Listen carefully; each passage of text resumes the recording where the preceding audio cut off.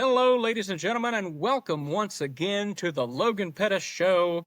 We call it the Logan Pettis Show because it's my show. I'm Logan Pettis. Welcome. We're set up right now. If you haven't seen it, right now I'm a part of the Magic Q podcast. It's a Disney podcast where me and Art Rogers, the Rowdy Texan, he has the Ducking Wrestling podcast and Rowdy Texan Abroad. We are hanging out at Disney, so I've got my Disney Mickey ears sitting right here on top of this handsome pillow from Raul's Sports Store and Collectibles. Free shout out to Donna and Raul Vargas, who actually were sponsors of me at River City Wrestling for a good while. But anyway, yes, made this very handsome pillow. So that's why we got Hey hanging out here and my Disney stuff, in case you're wondering what's going on there. But today I want to talk about what did I do on my summer vacation and a little bit about one of the places that I went, which is up north to home. One of these days, I think, the last time that I talked about it, I had Heather Sneathen on the show, who is a St. Joe native, and the Barbell Barbie, of course. Go back and you can check that out. And hopefully we'll have her on later so that way we can talk more about the St. Joseph School Board, and I might actually read some of her stuff going on there. The St. Joe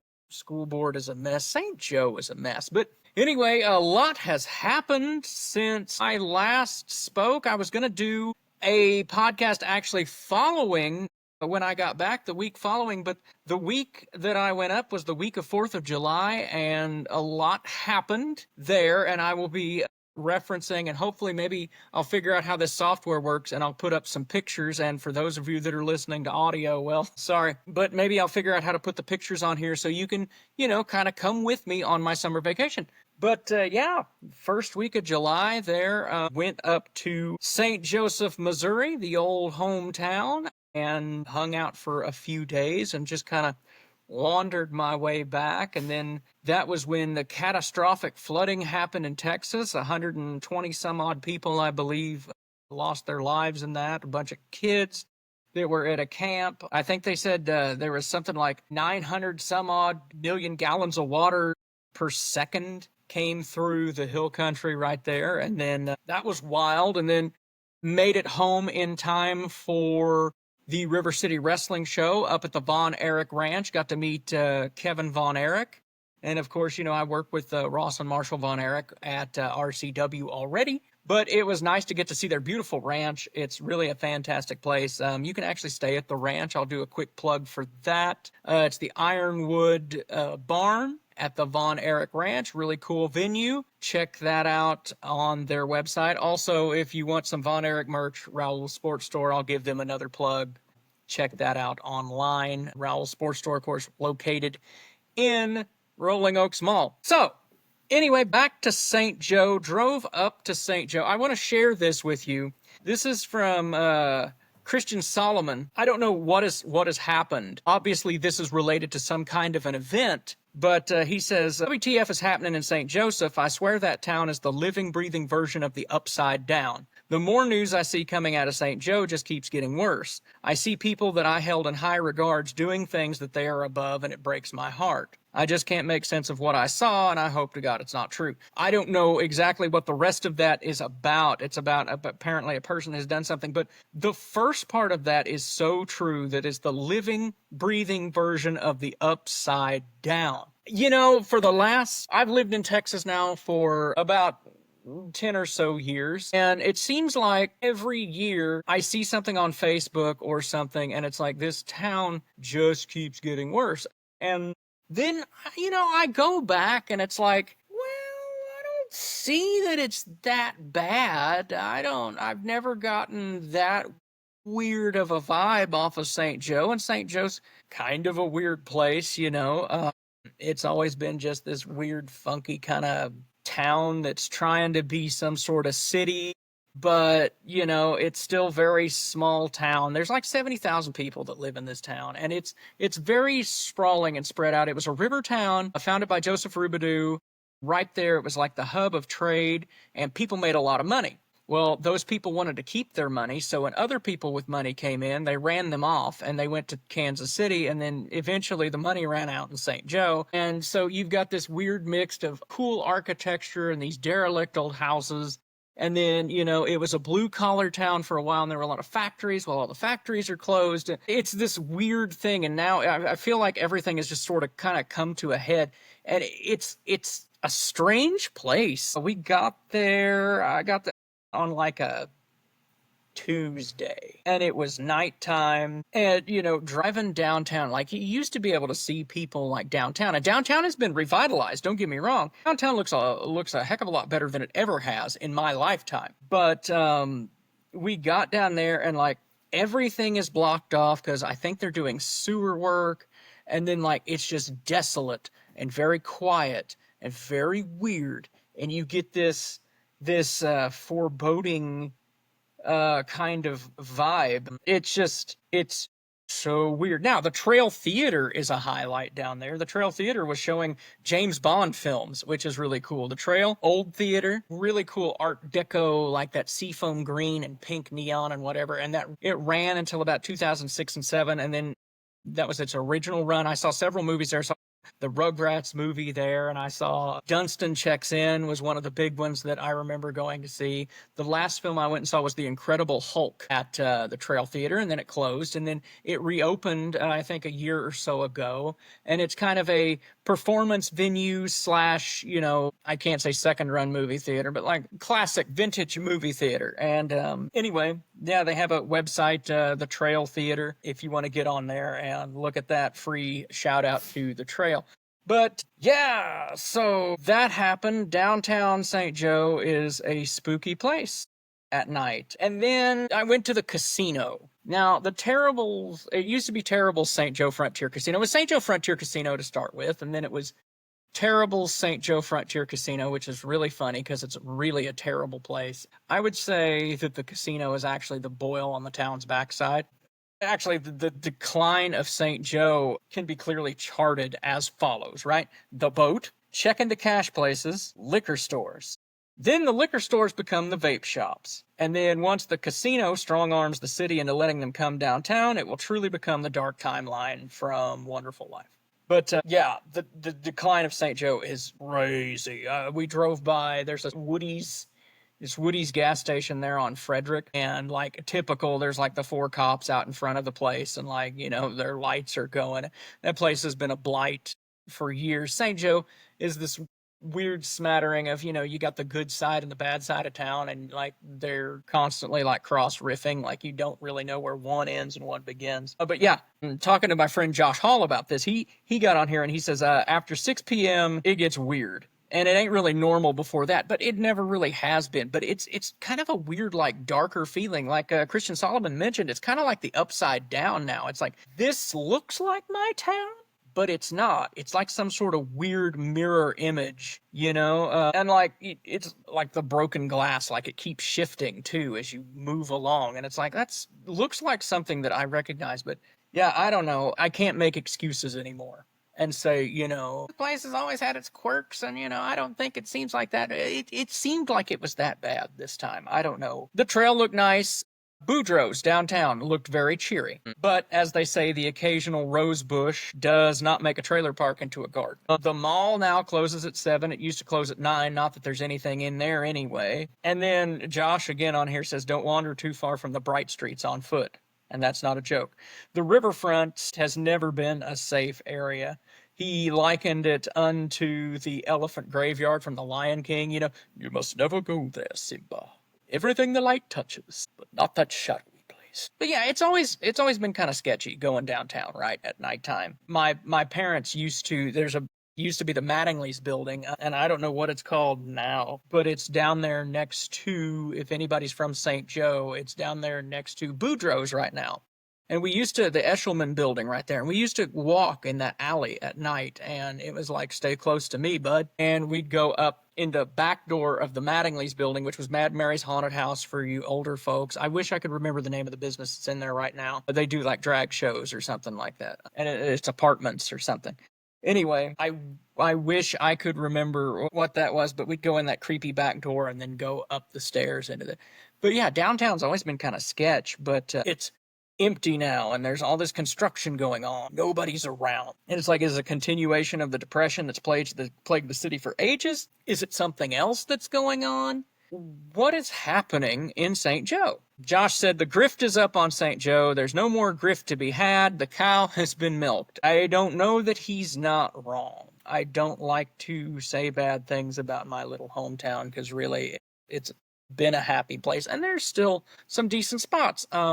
I went through my old neighborhood. The place hasn't changed. I still can recognize my house. For the most part, you go inside the house and it's a completely different thing. People have taken care of like my grandma's house. I mean, so it's not bad. We went to Ford's and that was a nice nostalgia trip to go down to Ford's and get some cheese balls. And let me tell you folks, the large cheese ball is not worth the price anymore. You get this bag of cheese balls like this, right? And they used to fill that sucker up, but you get this bag of cheese balls now, and of course now you only get like half of them. And I think it costs like $5-6. I don't know. To me, it's just not worth it. But Ford's is an institution. You gotta go.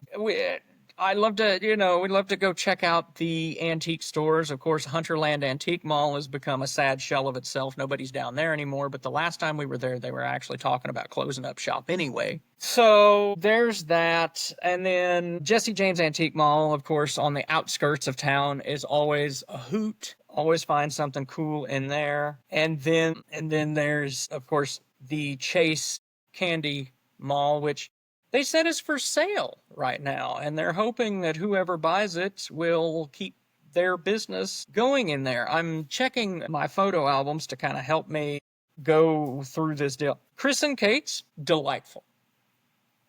Always love the pink ice cream cone on the belt.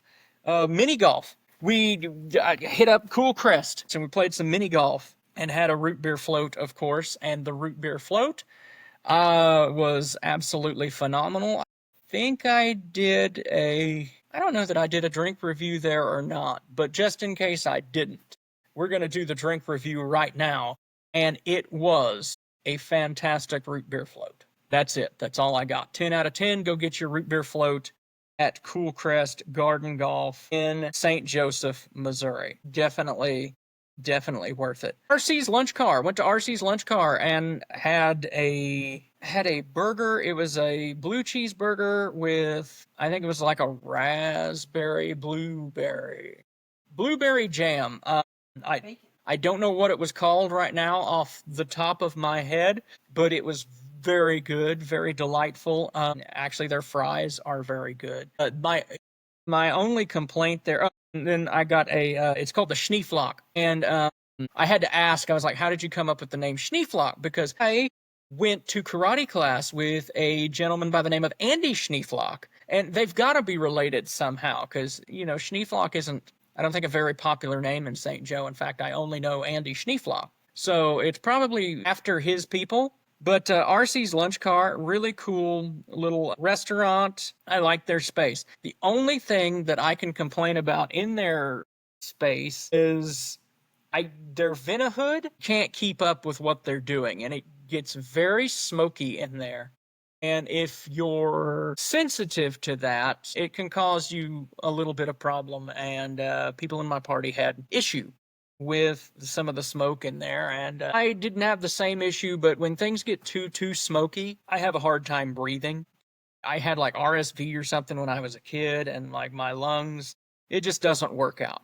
But that's my only complaint about RC's Lunch Car, but RC's came highly recommended, and I'd tell somebody to go there, absolutely, yeah. Check out RC's Lunch Car if you're ever in St. Joe and you're looking for something to eat. It's a fine establishment. Cabbage roll. The cabbage roll is good if you're into German food. I'm not into German food that much, but it's not terrible. Made a quick trip over to Jamesport, Missouri. Amish country over there, and it never changes. It's always the same thing. Go to Ginrich's Dutch Pantry, highly recommended. H&M Country Store. So, I'll talk about that. So, going into Jamesport originally, and somebody will probably like massacre me in the comments or something, but there used to be it was like I call it the secondhand grocery store. As you're it's on the highway off over here. The exit to Jamesport is to the right as you're coming into town there. And it used to be really cool, something to go do. Actually, I've bought a lot of groceries there when I was commuting to Trenton often. That's where groceries would be bought before Trader Dave's came in, which I don't think is in Trenton anymore either, where Places used to be back in the day, for those of you that remember Places in Trenton, since this is a very Missouri kind of a podcast right now.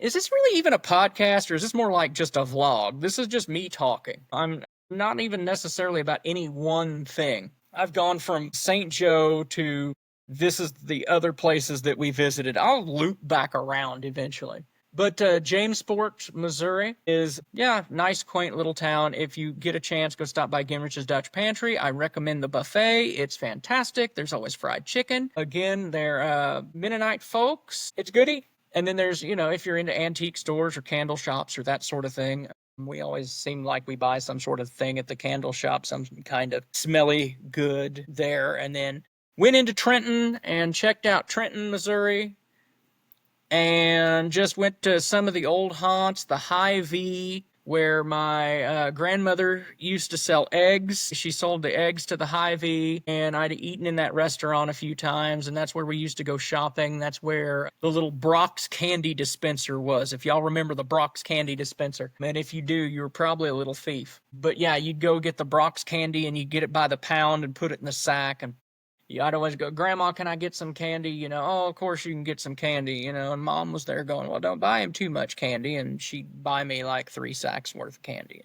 I think she munched on it too, don't get me wrong, but yeah, my grandmother lived in Trenton, Missouri, there off of route, was it N? Just normal N, I don't remember. Anyway, out there going toward Dunlap, and then she eventually sold the farm after my grandpa passed away, and then moved into St. Joe, and then we just kind of stopped going to the Hy-Vee all the time, unless we just absolutely needed something. But it was nice to get to go back. I haven't been to Trenton to the Hy-Vee in over a decade. And so it was nice getting to go back. Trenton's kind of an old stomping ground. It has been most of my life. So it was nice. We made a stop. We picked up a bunch of corn, because that's what you do.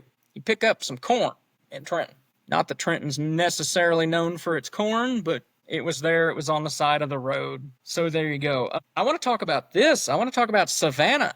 I applaud you, Savannah, Missouri. Savannah, Missouri put on its very first ever fireworks show. Here it is. First annual Independence Day at Duncan. July the 2nd at Duncan Park, music at 7 and fireworks 30 minutes past sunset. We went, ate at my brother Cody's house. He cooked a delightful meal, chicken and some hot dogs.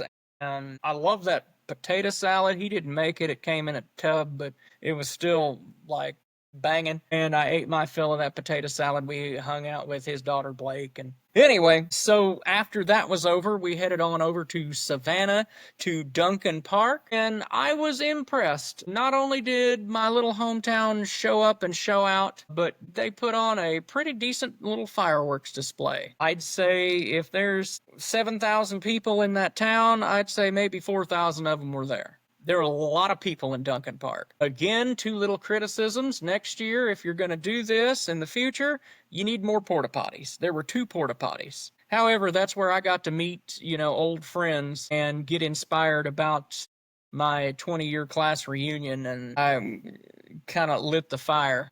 And so we're getting together for the 20th class reunion, class of 05, coming up in September. Let's date this video real quick. But no, pretty impressive fireworks show. It was nice to see a community come together to do something. You just don't get that very often anymore. I wish, like anything, Luling could get their crap together and let's have a little fireworks display somewhere, but it's against city ordinance. Well, I bet it's against city ordinance in Savannah too, but I digress. So, 4th of July spectacular right there in Savannah. That was really cool. Let's see. Then we headed on. I'm not doing these in any particular order. I'm just looking at where these pictures are, so forgive me if you're like, does this man own a map? But we headed on down the road to Weston, Missouri, where my brother Ricky is the lead pastor at the First Baptist Church of Weston, Missouri. Like, he is the dog over there. If you're looking for a church, go over to the First Baptist Church of Weston, Missouri. Did we get to meet Ricky? No, because Ricky's always busy doing stuff. But I did take a picture of the apartment that they used to live in, and where I met him a few years back. And then I got to go inside the Weston United Methodist Church, which was really fun because when I walked in, there was this nice lady there, and she said she thought that I was Ricky for a second and was like, "Well, what are you doing here?" And then it's like, "Oh, you're not who I thought you were." And I was like, "Who'd you think I were?" And then she goes, "Well, you look a lot like a pastor here in town." I was like, "Oh, really?" I said, "Could we be brothers?" And anyway, yeah. So I went inside there. The significance of the Weston United Methodist Church is just that new generation singers sang there. I think we sang there every year that I was in the group, and it's a really cool building. You got to go up these stairs into the sanctuary. And when you go up the stairs into the sanctuary, we used to have to like haul the equipment up. And sometimes we would sit it down on the chairlift and send it up the stairs. But picture four people hoofing a big piano up these stairs. Usually it was like Misha Mazurkowitz and Cheryl and gosh, who all was on that piano committee? Maybe Chris. I helped carry that piano a time or two. So, yeah, it was just neat getting to go back in there and seeing it. And the last few times that I've been to Weston, it's like, well, I'd like to see the inside of the church. But this time I happened to pull on the door and somebody was in there. So talked her poor leg off. And then, hang on, I got to look at my pictures so that way I get a reference. We hoofed it. Oh, I got to stop and talk about this. I forget the old boy's name. I'm going to look for his sign right now. His name was Jeff or something to that effect. Anyway, the architectural salvage at the Old River Landing.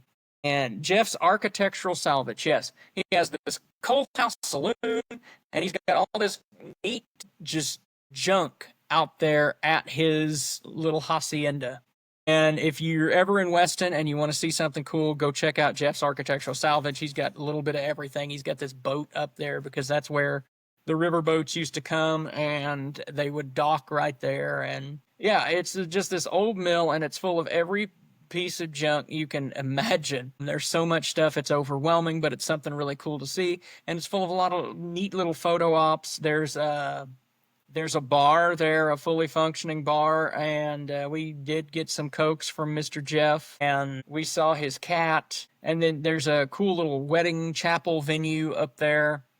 It's just something neat to check out. Coming up next on our list here, as I thumb through these pictures, we moseyed on, and that's why I'm wearing this hat. We moseyed on to Bentonville, Arkansas.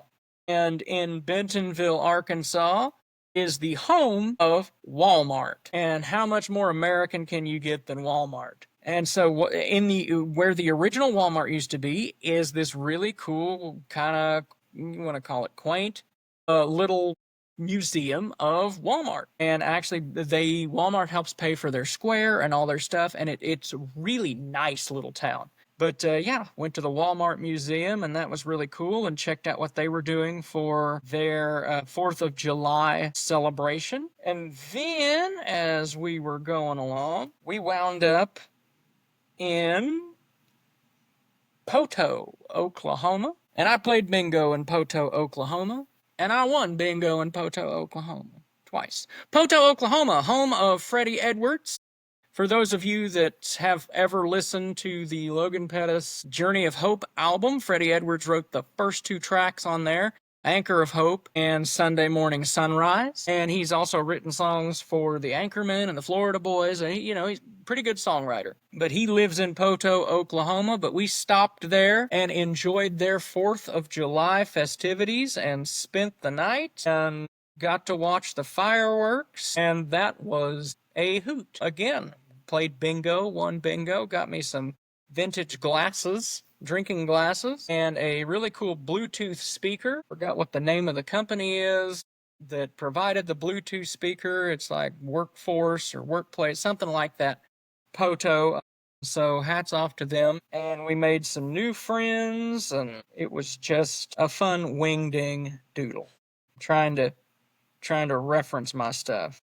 Yes, and then the next day we went to Clayton, Oklahoma. We didn't intend to stop in Clayton, Oklahoma, but we were driving down the highway and there's this cop, and the cop has the road blocked off. And we're like, okay. And so we just followed traffic, and it's like, oh, well, there's going to be a parade coming through. So what do? When in Rome, you do as the Romans do. So we stopped off in Clayton, Oklahoma, and we saw a pretty good 4th of July parade. Like, it was just typical small town 4th of July parade.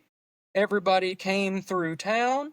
And, I mean, you imagine it. It was the Lions Club and the Key Club and the cheerleaders and the kids from the school and all that good jazz. And then we stopped off and ate at a little cafe, and, anyway, somewhere in there is where we started hearing about all the flooding that had happened back home in Kerrville. And that was rough, but we made it. And then we wound up back home in time for the RCW show. Oh, shout out. The name just came to me. Shout out to Chloe in Pouteau, Oklahoma, who taught us how to play bingo.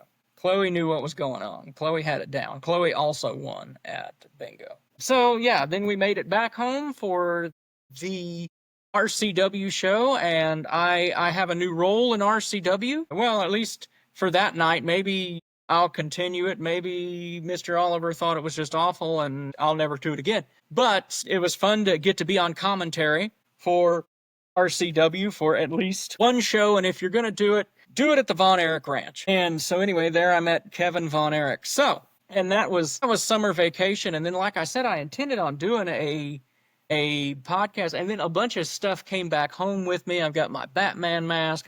We're cassette taping it up right now.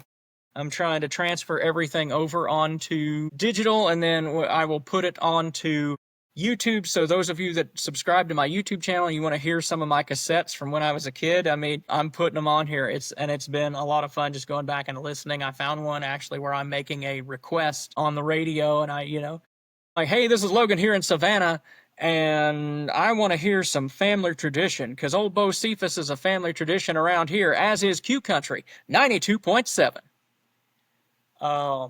And then my little tape player over here plays it a little too fast, so it comes out, hey man, this is a dang old man, I'm gonna tell you what, man.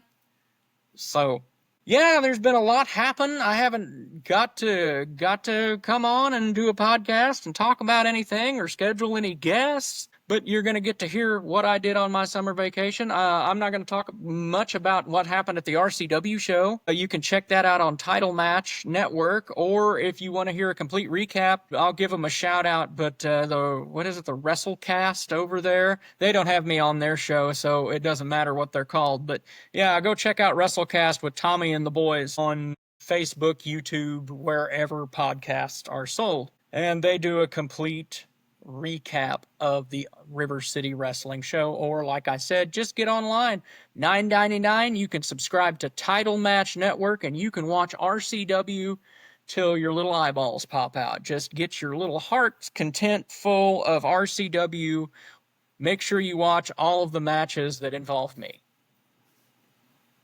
because they're the best. Because I'm the best manager. I am the manager of the year for the rest of my life.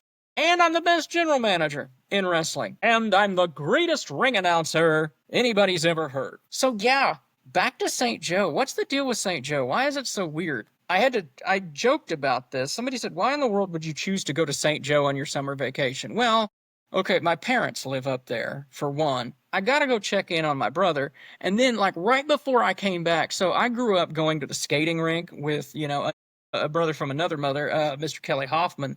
We used to hang out at the skating rink all the time. It was like our bivouac, man. That was our jam. And like right before I went back, I see the news. It's like, B&J Skate Center catches on fire. Not to mention like the 4 other fires that had happened that week. And then there's been like 3 since I've been there. And it's like, I got to come back to town before like the rest of it burns or like falls in on itself. But it's really a bummer to see the state of town right now. And I can't shove it off or excuse it anymore. And then there's things like I told you, Heather Sneathen is. I need to get her to come on so she can go off about the school board and the state of it. But they just announced something crazy. I'm checking Heather's Facebook right now. If you want the news, you check Heather's Facebook. She must have deleted it. Anyway, Heather, embrace the controversy, my friend. Oh, so get this. There's something called enhanced games. It's the Olympics for people that are on steroids. Like they promote the use of performance enhancing drugs for this Olympics. How far can you make it on drugs? Which is, it's amazing. And I'll quote Heather here. She goes, I cannot even believe this is real. Has the world gone completely insane? The enhanced games? We have spent, I say we because it was me, a lifetime fighting drugs and weightlifting, and now we're going to showcase taking performance-enhancing drugs just to see what people are capable of for $1 million? Think of the young athletes and how this is going to ruin sports forever. Track and field, weightlifting, swimming. This actually makes me sick. What is this, the Hunger Games? Or what's next to the Hunger Games? Yeah, I would love to have Heather on the program just to hear her go off on that. No, what I was going to look at, so the St. Joe School Board is the show, and it has been for a long time. Like, this goes way back to whatever, but right now they've got this gal, Whitney Lanning, and she constantly cussing and fussing and fighting, like literally like fist fighting with people. There's been accusations of money. Nobody can get anything passed because these people have robbed the people of St. Joe blind, and this has gone on for many years since I was a kid. Just silly things have happened. I'll never forget the time the school district, I don't know if it was the school board per se, but the district enacted, this was one of my favorite policies of all time. Well, I don't know if it was a policy. It's more like curriculum, or I don't know exactly how you file this, the way they did things. This was my first real dealings with them. So when I was in middle school, about the 8th grade, they implemented this grand idea where they would put all the teacher, and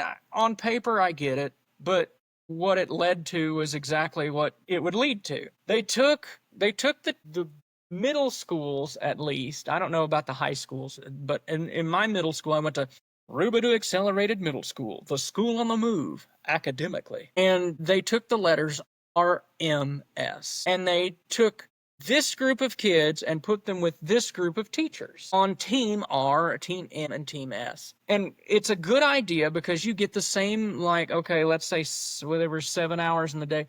So you got the same 7 teachers, right?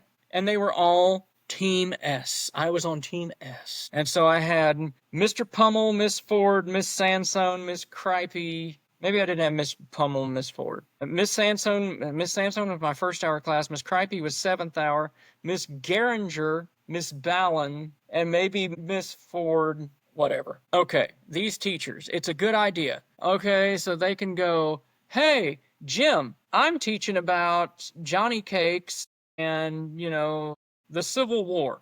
How can you incorporate that into a math lesson? Oh, well, I can, start coming up with stuff if, Billy has 10 musket ball, whatever. All the teachers could kind of, work together and do this. It sounds like a good idea on paper. And then you have the same, kind of core group of students.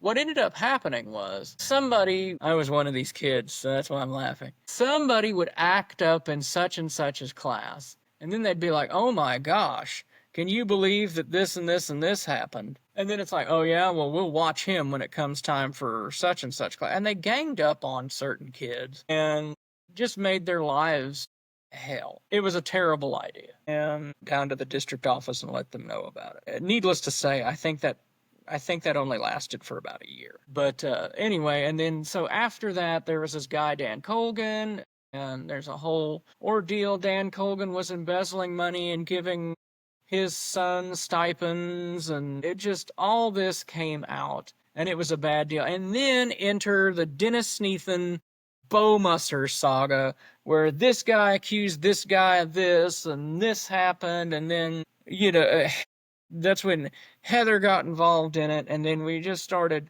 unloading on what Heather was all about, and then ex-boyfriend, blah. So once the community found out about this, I don't think the St. Joseph public has trusted the school board since. So every time they ask for something, it's like, and then they start making threats. We're going to shut your school down if we don't do this. And now, without having a dog in the fight, I don't really know what's going on. I kind of follow it a little bit. But their last deal was, we need to pass all these taxes so we can pay teachers or whatever it is they want to do. They want to build a new school is what they want to do. So they said what they want to do is close down like Benton and Lafayette. There's 3 high schools in my hometown. There's Benton Central and Lafayette. And there's hundreds of years of tradition of, school rivalries and that kind of thing. There's 4 schools, I guess, if you count Bishop LeBlanc, the Catholic school over there, in the school district per se. They're kind of their own thing. But so those are the 3 schools, and it's like, we have this years of rivalry and this and that and yada, yada, yada, yada, yada. It's kind of like a rite of passage, right?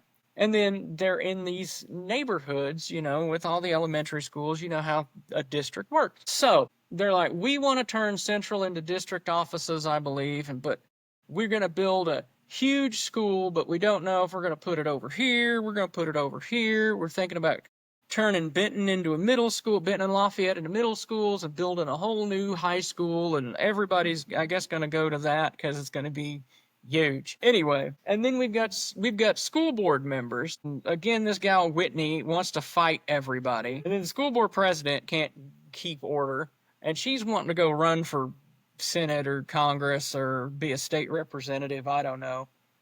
Again, I don't live in Missouri anymore. I don't have a dog in the fight, but I still try to keep up on what's going on, kinda. So now it's come out that this gal, my Basset Hound's wanting to get in on the podcast. He's very upset about the St. Joseph School Board. See, there he is. He's weighing in right there. So anyway, now it's come out that this gal, Whitney, I guess, doesn't even live in town, has a house in Nebraska or something like that. Lives in Nebraska, I think, owns a house in town. They're trying to find out, is this woman even eligible to live in town? And Heather's been trying to warn people for a long time that, this gal is no good. And then there's all this drama with food and stuff. Again, we're going to get her to come on one of these days, but when did St. Joe get so rough? When did this phenomenon occur? Is what I would like to know. It's sad. And then my running joke now is I go back to remember why I left. And I don't like to see the comments from people that are like, best thing I ever did was leave St. Joe, Missouri. And it's like, come on. I still have a heart for this place. It's still my home. But yeah, that's my summer vacation in a nutshell. That's a podcast right there. Like and subscribe, folks. Tell me what you'd like to talk about. Tell me who you'd like for me to talk to. I love to talk to people.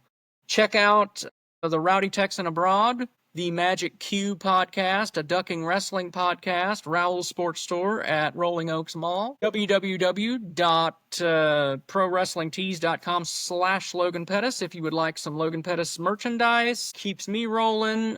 Uncle Wiggly's Wieners, our big sponsor, has merchandise there. If you're in Luling, Texas, and you're looking for a good place to eat, Uncle Wiggly's Wieners. Check out River City Wrestling at rcw.net, I believe. Our next RCW show is September the 4th. That's coming up, and that'll be RCW Honors. That's the big kind of Hall of Fame celebration, but it also will feature matches, and it's going to be a rip-snorting good time, and I hope to see you there. I've almost hit that magic time, so we're right at about 50 minutes, which by the time this gets edited down, it'll probably be about 40 some odd. So I think I've talked your ear off enough. Until next time, this is Logan Pettis on the Logan Pettis Show, signing off. We will see y'all when we see y'all.